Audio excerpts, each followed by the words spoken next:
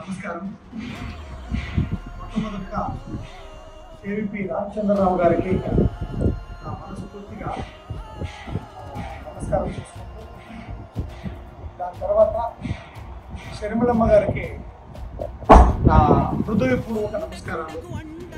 తల్లి, మీరు చూపించిన ప్రేమ అంతా ఇంత కాదు. మీరు చెప్పిన మొట్టమొదటి మాట గత 40 ఏళ్ళు 50 ఏళ్ళుగా కష్టాలు పడుతున్నా, కష్టపడి ఇంతవరకు నువ్వు పార్టీలోనే ఉంటున్నా, పార్టీని మారిన వాళ్ళు, పక్క పార్టీలకు వెళ్ళిన వాళ్ళు, చాలా మంది కాంగ్రెస్ మీద హోప్స్ పెట్టుకున్న వాళ్ళు ప్రతి ఒక్కరు బాధను సృష్టించాల్సిన పరిస్థితి. ఏ రోజైతే కాంగ్రెస్ లీడర్లు గత 40 సంవత్సరాలుగా ఉన్నారో ఈ పార్టీ నమ్ముకొని ప్రతి ఒక్కరు పాదాన్ని స్పృశించిన రోజు తప్పకుండా ఈ జన్మ ధన్యమైంది అని చెప్పని ఆ అమ్మ మొట్టమొదటి మాట చెప్పినప్పుడే నాకు అర్థమైంది. దాని తర్వాత గిడుగు రుద్రరాజు గారు, అదేవిధంగా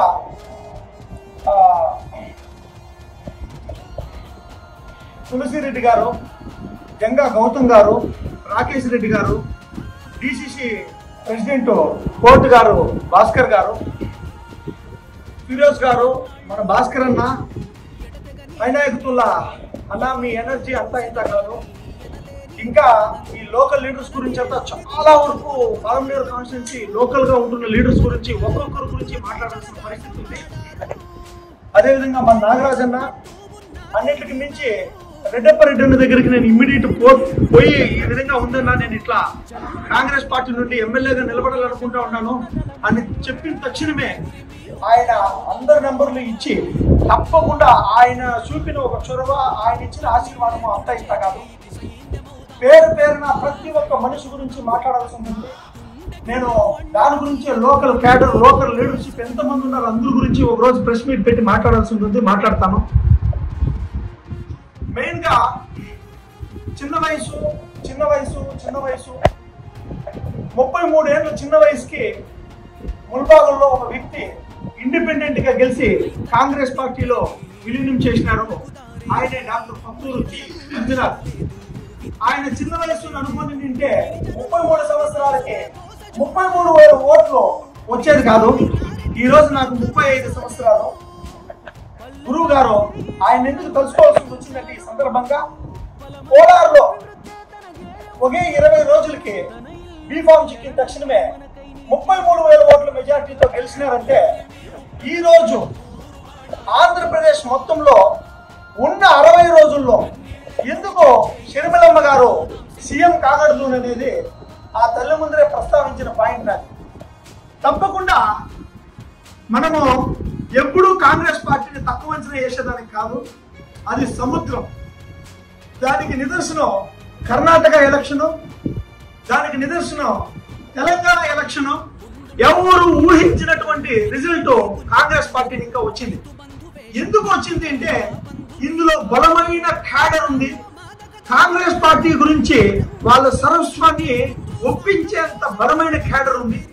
అది నిన్న బైరెడ్లపల్లి మండలము, వీకోట మండలము, అదేవిధంగా మన పలమనేరు మండలము, పక్కనున్న పెద్దపంజారి మండలము, గంగవరం మండలము, ఈ 5 మండలాల్లో తిరిగినప్పుడు కాంగ్రెస్ పార్టీ ఒక బలం ఎంత అనేది నాకు అర్థమైపోయింది.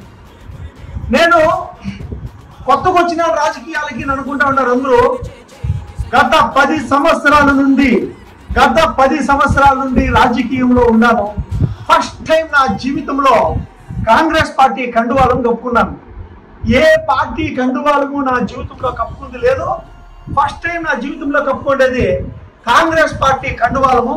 అది నేను కప్పుకోవాలని కప్పింది కాదు, సాక్షాత్తు ఆ వినాయకుడి, అసలు మేము ప్లాన్ చేసింది కాదు.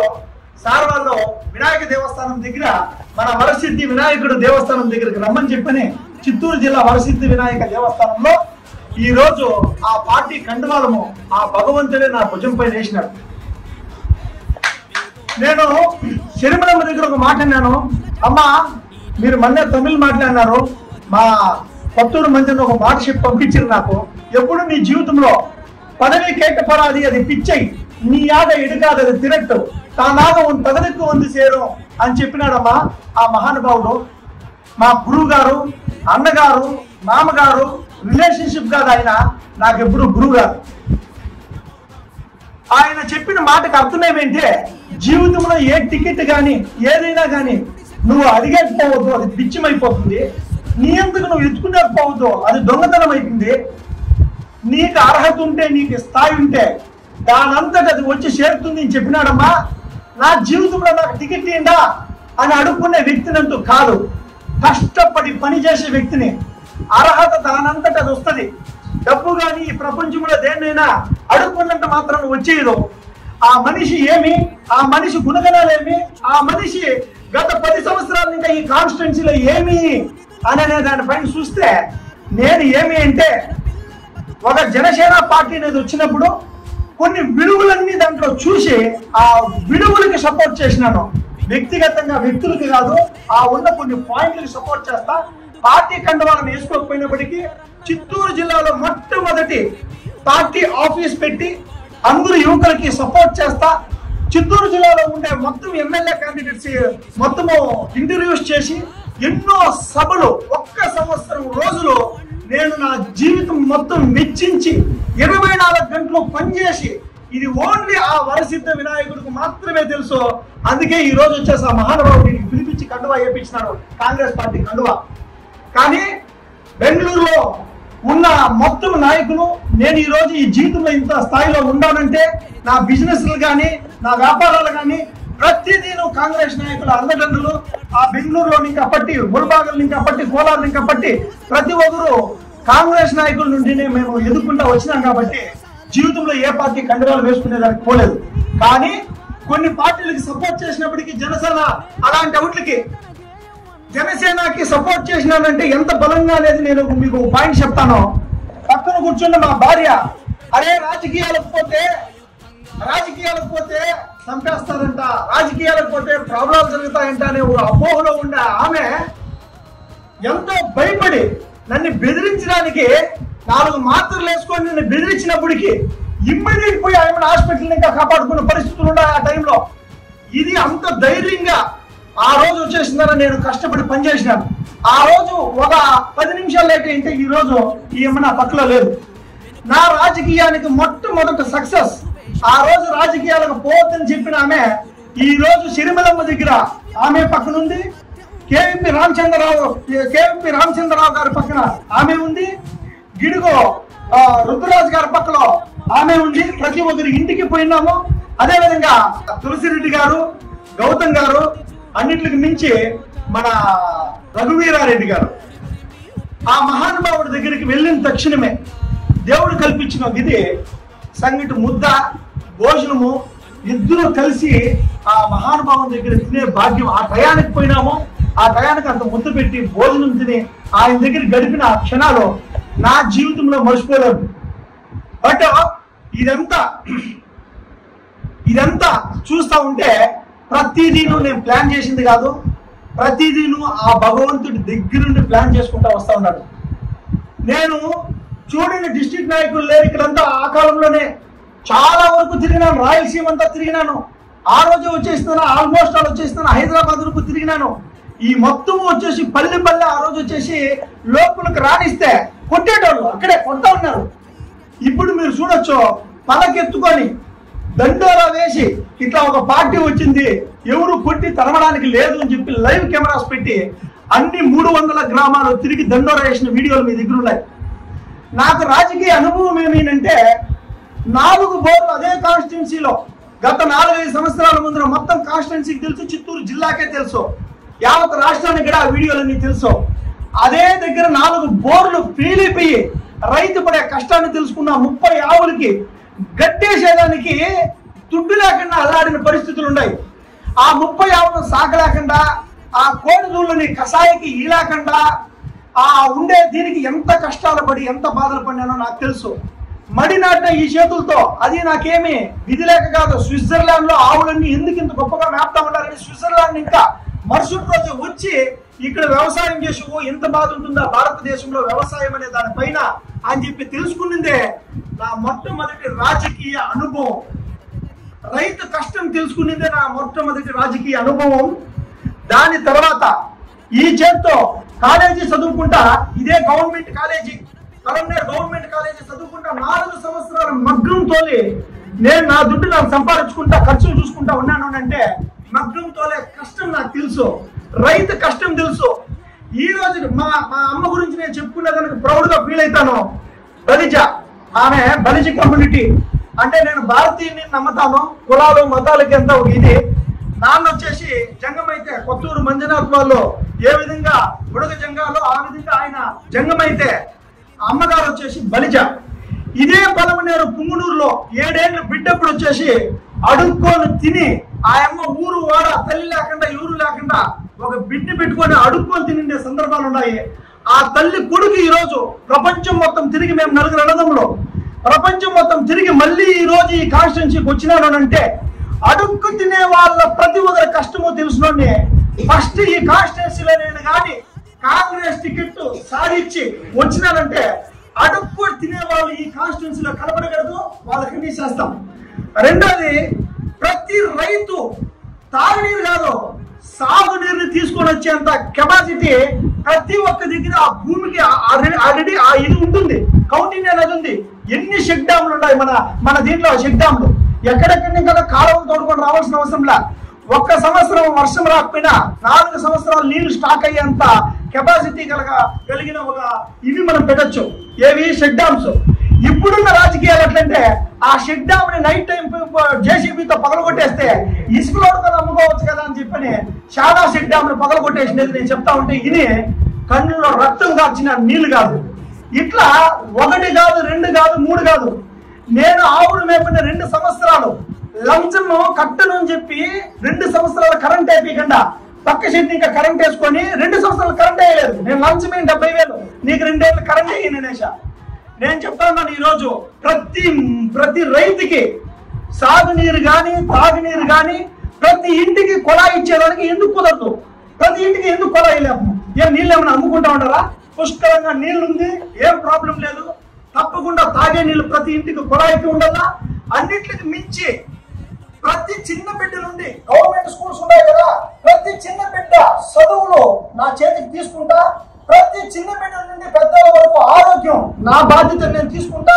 కార్పొరేట్ లెవెల్లో ఎందుకు మనం వచ్చేసిందరా ఎడ్యుకేషన్ ఇవ్వగలదు, కార్పొరేట్ లెవెల్లో ఎందుకు మనం వచ్చేసిందరా వైద్యం ఇవ్వగలదు. ఇవి 2 ఇస్తే ఆల్మోస్ట్ ఖర్చులన్నీ పాయ. ఏ పేద రైతు కాదు, బిడ్డలు సాగలేక పేదలు అయిపోతా ఉంటారు. బట్ తప్పకుండా దీన్ని స్టెప్స్ తీసుకోవాలనేసి ఉండాలి. ఈ రోజు నేను రాజకీయాలకు వచ్చినప్పుడే డిసైడ్ అయినా, కుటుంబానికంతా బిజినెస్ నొప్పు చెప్పి భార్య భర్త తోటి ఇద్దరు కట్టు బట్టలతో యువతలకు వచ్చినాం, ఎన్నో సాధించినాం. నేను సాధించినన్ని విషయాలంతా భగవంతుడికి ఆ వరసిద్ధ వినాయకుడికి తెలుసు. అందుకే ఈ రోజు ఈ స్థానంలో మన అన్నగారు ముందు, భాస్కర్ అన్న ముందురా, మా చిత్తూరు డిస్టిక్ ప్రెసిడెంట్ గారు ముందురా కండువా వేసుకుని ఈ రోజు మాట్లాడుతూ ఉన్నారు నా జీవితంలో. ఈ రోజు వస్తా అన్నకి లౌడ్ స్పీకర్ పెట్టి వినిపించిన కొత్తూరు మంజన్న వాళ్ళ అన్న స్వయాన అన్న వెంకటరమణ అన్న, అరే నా జీవితంలో 1 నెల రోజులు నా ఇంటి గడప తొక్కను నీతో పాటు ఉంటాను, నువ్వు మంచి వ్యక్తివి, నీకు సపోర్ట్ చేస్తాను. మేము కాంగ్రెస్ అయిండొచ్చు, ఇప్పుడు వస్తా అన్నే సాక్షి నైట్ 12 గంటలకు ఫోన్ చేయి, నేను వస్తాను.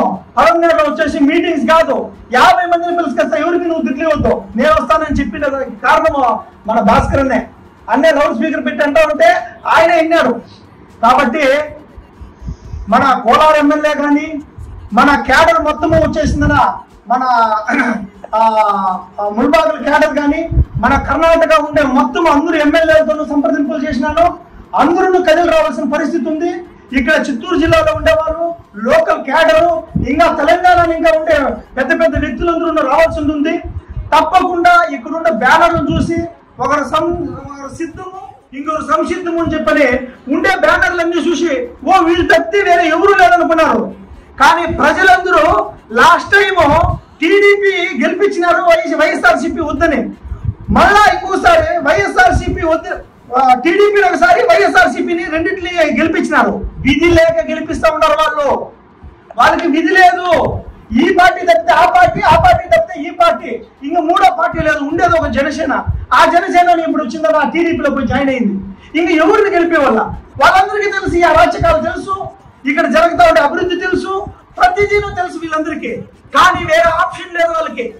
ఈ రోజు కాంగ్రెస్ పక్షం అనేది ఆప్షన్. ప్రత్యేక హోదా అనేది షర్మిలమ్మ తల్లి ఆ రోజు ఇంకా చెప్తా ఉండే విషయం అందరూ గమనించాలా. ఈ ప్రత్యేక హోదాని ఇంకా రాష్ట్రం మొత్తం బాగుపడుతుంది. కొత్త రాష్ట్రం ఉండొచ్చు, తెలంగాణకి మించి తలదన్నేంత ఫెసిలిటీస్ ఉండే రాష్ట్రం ఇది. సముద్ర తీరం చాలా గొప్పగా ఉంది. ఈ దేశంలో ఏ రాష్ట్రానికి అంత సముద్ర తీరమో ఆల్మోస్ట్ సముద్ర తీరం ఉండే రాష్ట్రాల్లో ఇది గొప్ప రాష్ట్రం. దీనికి ఉండే ఫెసిలిటీస్ అంతా ఇంత కాదు. అన్నిటికి మించి మా పలమనేరు నియోజకవర్గం ఒక పక్క కర్ణాటక, ఒక పక్క ఆంధ్రప్రదేశ్, ఒక పక్క తమిళనాడు, 3 రాష్ట్రాలకు మధ్యలో ఉండేది. చెన్నై ఎక్స్ప్రెస్ హైవే పడింది. ఒక బెంగళూరు అవుతుంది మా పలమనేరు కాన్స్టిట్యున్సీ, ఒక చెన్నై అవుతుంది మా పలమనేరు కాన్స్టిట్యున్సీ. నేను ఎందుకంటే రియల్ ఎస్టేట్ పరంగా గత 5 సంవత్సరాల నుండి ఇదే పలమనేరులో నేను ఆవులు మేపుకుంటా ఉంటే బైపాస్ పడి 150 రూపాయల స్క్వేర్ ఫీట్ ఈ రోజు 4,500 5,000కి వచ్చింది జస్ట్ 3 years లో. అంటే 20 times దుడ్డు పెరుగుతా ఉంది. దుడ్లు పార్టీలు ఇంకా ఎత్తుకునేదో, పార్టీ ఫండ్ తినేసేదో, దొంగలు ఇచ్చేసేదో అవసరం లేదు. దుడ్లు ఎట్లొస్తుంది అనేది తెలుసుకొని వచ్చిన ఈ వయసుకి 35 ఏళ్ళు చిన్నోడు, ఈ చిన్నోడికి దుడ్లు ఎట్లా వస్తుంది నాకు తెలుసు. రియల్ ఎస్టేట్ ఎట్లా నాకు తెలుసు. ఆవులు పేడ ఎత్తుకోకపోతే కారు పిచ్చుకునేది నాకు తెలుసు. అదే ఆవులు ప్లాస్టిక్ తిని అరడు పట్టులో ప్లాస్టిక్ అంతా ఏర్పడిపి చచ్చిపోయింటే అదే పలమనేరులో పోస్ట్ మార్టం చేసి ఒక ఆవు కూడా సచ్చే రోజు రాగడుతుందని చెప్పని ఈ రోజు ఎంతో బోస్ట్తో వచ్చేసి పార్టీలోకి జాయిన్ అయినాను. దీన్ని ఇంకా టికెట్లు ఇంకోటి కాదు. ఎంతో మంది అందరికీ తెలుసు, ఇక్కడ ఉండే క్యాడర్ అందరికీ తెలుసు, ప్రతి మనిషికి తెలుసు ఏ మనిషి ఎట్లా, ఎవరి కెపాసిటీ ఏమి, ఎట్లా చేయాలి, ఎవరిని పట్టుకోవాలి, ఎవరిని పట్టుకోకూడదు, ఏ విధంగా లాక్కోవాలా, అందరూ కలగలుపుకొని ఎట్లా గెలవాలనేది ప్రతి మనిషికి తెలిసిపోయింది. ఇప్పుడు ఆల్రెడీ నేను ప్రతి ఒక్కరికి విన్నపించుకుంటా ఉన్నాను. గత 10 సంవత్సరాలుగా పార్థసారథి అన్న ఇన్ని రోజులుగా ఉండి టికెట్ వేసి నామినేషన్ వేసి ఇంత దూరం వరకు లాక్కొచ్చినారంటే ఆయన పాదాలకి ఈ శిరస్సు పెట్టి నేను గౌరవిస్తా ఉన్నాను. కానీ ఈ రోజు అందరూ ఒకటవలసిన పరిస్థితి ఉంది. టికెట్ ఇంకోటి పక్కన పెట్టాల్సిన పరిస్థితి ఉంది. అందరూ ఒకటై ఈ రోజు ముందడిగేస్తే 100కి 100 పాలు ఈ పలమనేరు 20,000 ఓట్లు కాదు 20,000 ఓట్లు మినిమం మెజార్టీతో గెలుస్తుంది. ప్రతి ఒక్కరు ముస్లిం ఓటు కాంగ్రెస్ పక్షంది. దీనికి కోలారు గొప్ప సాక్ష్యం. 20 రోజుల్లో కోలారులో వచ్చేసిన గెలిచినారంటే ఆ మహానుభావుడు ఈ పలమనేరు కాదు, ఈ రాష్ట్రం మొత్తం కాంగ్రెస్ పార్టీ పరమవుతుంది. వైఎస్ షర్మిలారెడ్డి గారు సీఎం అవుతారనేది మా ధీమా ఉంది.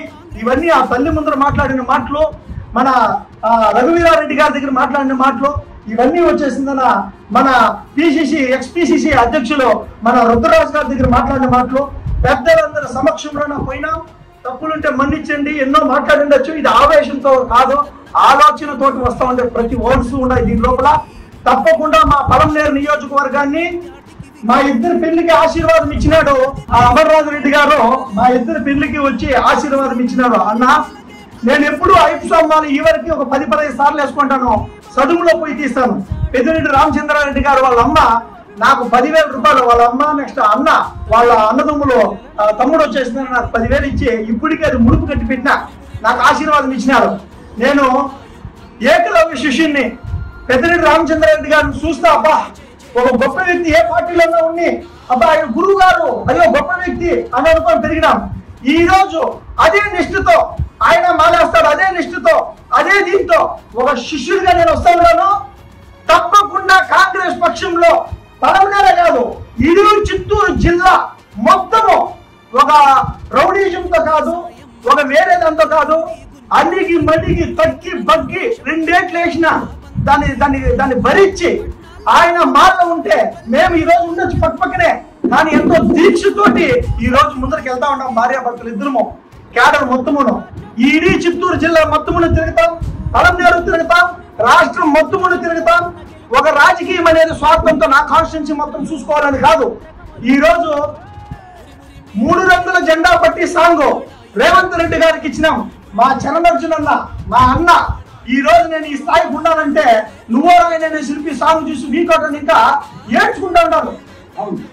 నాకు అన్న నీరా వచ్చిందని నాకు తెలియదు, నువ్వో రాయన శిల్పి నీదా అన్న. ఈ వీకోటలో 10,000 మందికి నేను వచ్చేసి భోజనం పెడతా నీకు టికెట్ కానీ అనౌన్స్ అయితే అని చెప్పి ఆ వాచీల దగ్గర ఆయన చెప్పేది చూస్తా ఉంటే ఒక ముస్లిం వ్యక్తి ఆయన చెప్పేది చూస్తా ఉంటే నాకు అట్లా సంతోషం అయిపోయాయి. ఇట్లా ప్రతి మనిషికి తెలుసు, యావత్ తెలుగు జాతి మొత్తం నన్ను చూసింది. కొన్ని కోట్ల వ్యూస్ పోయినాయి ఈ BVM క్రియేషన్స్ నుండి, కొన్ని కోట్ల వ్యూస్ పోయినాయి. కాబట్టి వయసు చిన్నదే ఉండొచ్చు, 18 ఏళ్ళకి యావత్ ప్రపంచం మొత్తం అన్ని దేశాలు తిరిగేసి వచ్చినాం, అన్ని దేశాల కష్ట నష్టాలు చూసినాం, అన్ని దేశాల డెవలప్మెంట్ చూసినాం, బెంగళూరు డెవలప్మెంట్ చూసినాం, రియల్ ఎస్టేట్ నియరెస్ట్ గా చూసినాం, ఆవుల మీద కష్టాలు చూసినాం, అన్నింటికి మించి ఒక మగ్గంతో కష్టాలు చూసినాం, ఒక రైతు కూలీ కష్టాలు చూసినాం. ప్రతి ఒక్కరు బాధలు కష్టాలు అన్నింటిని చూసి అన్ని అనుభవాలు తెచ్చుకొని ఈ రోజు వరసిద్ధి వినాయకుడు సమక్షంలో కాంగ్రెస్ పార్టీలోకి అడుగు పెట్టాను, కండువాలు వేసుకున్నాను. అందరూ కలగలిపి పలమనేరు నియోజకవర్గం ఫస్ట్ గెలుస్తుంది అనే ఒక భరోసా విశ్వాసం అందరికీ కల్పించినాను. అమ్మ షర్మిలమ్మ కూడా చెప్పేసి వచ్చిన తల్లి, మళ్ళీ ఇంటి గుమ్మం తొక్కితే పలమనేరు కాన్స్టిట్యున్సీ సక్సెస్ అయ్యి విన్ అయ్యి 20-30 వేల ఓట్ల మెజార్టీతో గెలిపించుకొని మళ్ళీ ఇంటి గుమ్మం తొక్కుతా. అంతవరకు ఈ గుమ్మం తొక్కడం అని చెప్పిన. ఆయమ్మ గుమ్మం తొక్కితే గెలుచుకొని ఆ సీట్ ఎత్తుకుపోయి ఆయమ్మ పాదాల దగ్గర పెడతానని మాట ఇచ్చినా నేను వస్తాను తల్లి, తప్పకుండా గెలిపించుకొని వస్తాం. అందరూ కలుసుకుంటాం, అందరూ కలిసిమెలిసి వస్తాం, తప్పకుండా గెలిచి ఆ సీట్ తీసుకొని వస్తాం. ఇంతటితో నా స్పీచ్ ముగిస్తా ఉన్నాను. తప్పకుండా